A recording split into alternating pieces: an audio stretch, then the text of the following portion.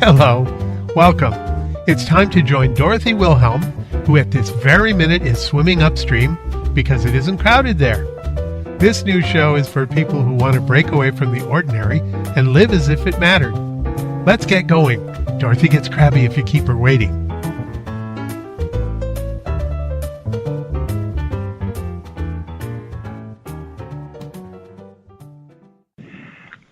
Well, this is Dorothy Wilhelm, and welcome to, once again, we are swimming upstream. Now, this is the overall name of this series is It's Never Too Late. But on this show, we swim upstream and we take you to places that you never expected to find yourself. You got to just watch out for the backwater. So today, we're going to be looking at humor. And in a very unusual way, because we have our regular guests with us today, Michael Krebs, who is a Lincoln performer. Now, we call them tribute performers. Do you do that, Michael? Good morning, Michael. And do you call yourself a tribute performer or just a Lincoln performer? Well, good morning, Dorothy. I call myself a presenter, historical presenter. Huh. Somebody described you on the air as a performer. Well, all right, fine. Well, Okay. yes, performance is, of course, a part of it, yes. Anyway, the major thing is we're very happy to have Michael with us today. And how long have you been a Lincoln presenter? Well, since 1994, so I'm almost at 25 years with it. You should be getting to be pretty good at it, I think. I should know what I'm doing by now, I hope. Well, and what do you find people like best? Well, I think what people really appreciate about Lincoln is his sense of humor, his even self-deprecating sense of humor.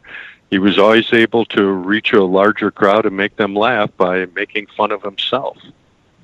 Well, I want to talk more about that later, of course. Let me introduce our other regular guest this morning. Chief Justice Richard Guy, retired from the Washington State Supreme Court, is with us and on a SABE on a regular basis to look at things the way Abraham Lincoln might have looked at them. And good morning to you, Richard. Good morning, Dorothy. It's good to talk to you again. Yeah, it's good to be talkable. So, and I know that you've had an interest in humor right along. As you listen to Michael and think about how humor has been used historically, what comes to your mind? Humor has been used sometimes in court decision, but one has to be terribly careful about doing it because while it may sound funny in its context, people tend to take words differently than they're meant. So, yes, I was thinking of a decision once that somebody on my court before I was there wrote and started his case, which was a personal injury case, saying it was a dark and stormy night. And that sort of was humorous and it gave context to the case he was writing. Well, I read that in judicial cases, you actually have a fair amount of latitude for using humor. It may be thought that it has to be serious, and it is serious, but you can insert humor into it.